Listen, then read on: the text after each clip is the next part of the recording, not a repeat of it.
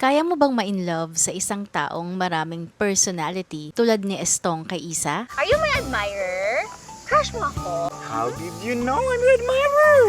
Oo, Hi talaga. guys, sa episode 2 ng Love You Lots, starring Bea Binene and Wilbert Ross, in-encourage si Estong ng tatay niya at ng kapatid niya na tulungan si Isa dahil nakakaawa ito. Kaya sinamahan niya muli si Isa para hanapin ang nanakaw na painting ng dalaga. Dito rin unang nakilala ni Estong ang isa pang personality ni Isa na si Lola. At habang mas marami silang oras na magkasama, mukhang unti-unti na ngang nahuhulog si Estong kay Isa. Nabibighani ito sa kagandahan ng dalaga. Para sa akin, ang star ng episode 2 ay si Lola. Maganda rin ang pagkakaportray ni Bea Binene sa character na to. Kaya naging instant favorite ko kaagad si Lola. Isang nakakatuwang eksena ay nung napagod si Lola at binuhat siya ni Estong. Ang sweet lang nung sinabi ni Estong na nakaya niyang buhatin si Lola kahit gaano pa katagal. Naalala ko tuloy dito yung piggyback ride nila Via at Arken sa Golden Scenery of Tomorrow. Pero kahit ganon,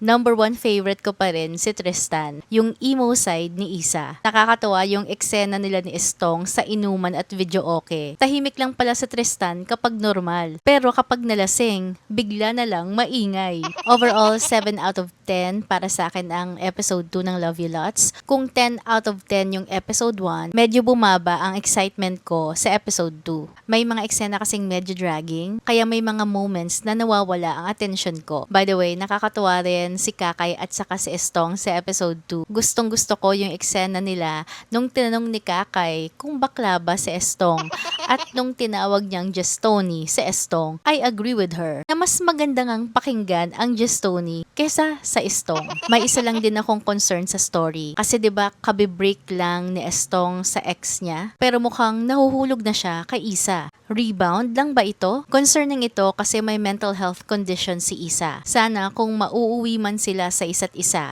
tunay ang nararamdaman ni Estong at hindi dahil vulnerable siya dahil sa breakup. So yun ang experience ko sa episode 2 ng Love You Lots. Hopefully mas engaging ang papalapit na episode 3.